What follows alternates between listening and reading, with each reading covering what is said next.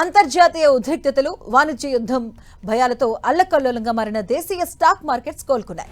EU ప్రకటన stock మార్కెట్లకు Boost ఇవ్వడంతో సూచీలు లాభాల్లో దూసుకెళ్తున్నాయి. 3 రోజుల వరుస నష్టాల తర్వాత లాభాల బాట పట్టాయి. సెన్సెక్స్ 700 పాయింట్లు, నిఫ్టీ 200 పాయింట్ల లాభాల్లో ఉన్నాయి. ఇక నిఫ్టీలో Eternal, doctor Reddy's Labs, Tata Motors Passenger Vehicles, ఇక ఆసియన్ పెయింట్స్, అదానీ ఎంటర్ప్రైజెస్ షేర్లు లాభాల్లో కొనసాగుతున్నాయి.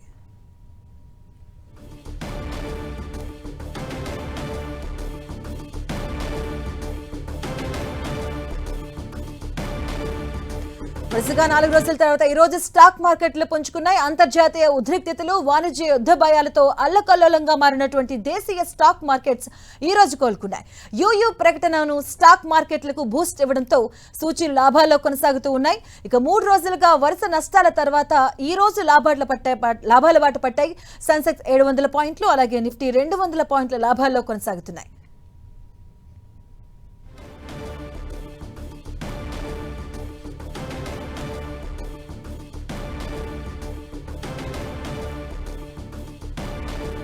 లాభాల్లో దూసుకెళ్తున్నాయి సూచీలు. అంతర్జాతీయ ఉద్రిక్తతలు, వాణిజ్య యుద్ధ భయాలతో అల్లకల్లోలంగా మారిన దేశీయ స్టాక్ మార్కెట్స్ కోలుకున్నాయి.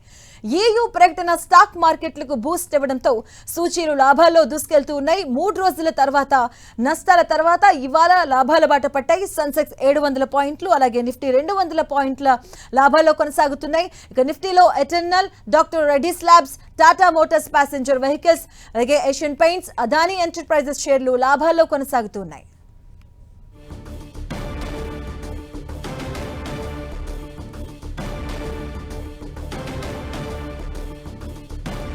ఇక ఇదే అంశంపై మనతో మాట్లాడడానికి మార్కెట్ నిపుణులు క్రాంతి బతిన్ గారు ఉన్నారు. వారితో మాట్లాడదాం. క్రాంతి గారు, గుడ్ మార్నింగ్.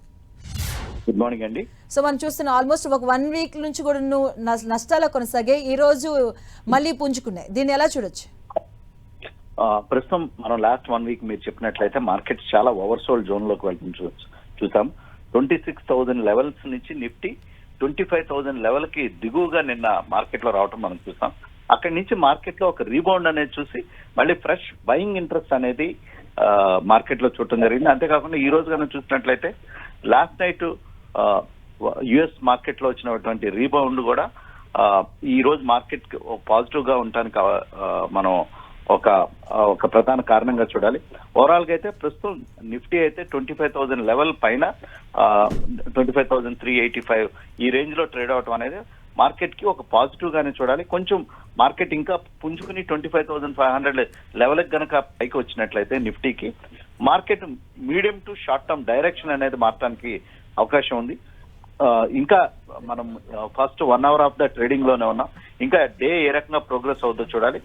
ఈ రోజు కనుక డిసైసివ్ గా మార్కెట్ కనుక ఈ 25,380 లెవెల్ పైన 350 లెవెల్ పైన కనుక క్లోజ్ అయినట్లయితే మార్కెట్స్ కొంచెం ఫామ్ గానే ఉండడానికైతే క్లియర్ కట్ అవకాశాలు ప్రస్తుతానికి కనపడుతున్నాయి. ఒకటి, ట్రంప్ ఏదైతే ఈ గ్రీన్లాండ్ మీద మేము ఫోర్స్ గా ఇంపోజ్ చేయము, నెగోషియేషన్స్ ద్వారానే నాటో కంట్రీ కాన్ఫిడెన్స్ కూడా తీసుకుంటాము అనేటువంటి కామెంటరీ డావోస్ లో రావడంతో ప్రస్తుతం మార్కెట్స్ లో కొంచెం ఒక ఉపశమనం, ఒక పాజిటివిటీ అనేది కనపడుతుంది. సో మరి ఈ టైంలో ఇన్వెస్టర్స్ కి మీరు ఇచ్చే సజెషన్స్ ఏంటండి? ఒకటి, లాంగ్ టర్మ్ లో ఇన్వెస్ట్ చేసే ఇన్వెస్టర్స్ డెఫినెట్ గా ఇండియన్ మ్యాక్రో ఫండమెంటల్స్ చాలా స్ట్రాంగ్ గా ఉన్నాయి.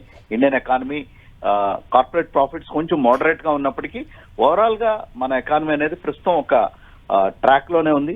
రేపు 24th కి ఇండియా మరియు EU European union trade deal ఉంది. నెక్స్ట్ మనం బడ్జెట్ కూడా ఫస్ట్ ఫెబ్ లో అనౌన్స్మెంట్ ఉంది. ఇవన్నీ మార్కెట్ కి పాజిటివిటీనే తీసుకురాబోతున్నాయి. అందువల్ల ఇండియన్ మార్కెట్స్ డెఫినెట్ గా బై అండ్ డిప్స్ మార్కెట్స్ కింద చూడాలి. రైట్, థ్యాంక్ యూ అండి క్రాంతి గారు.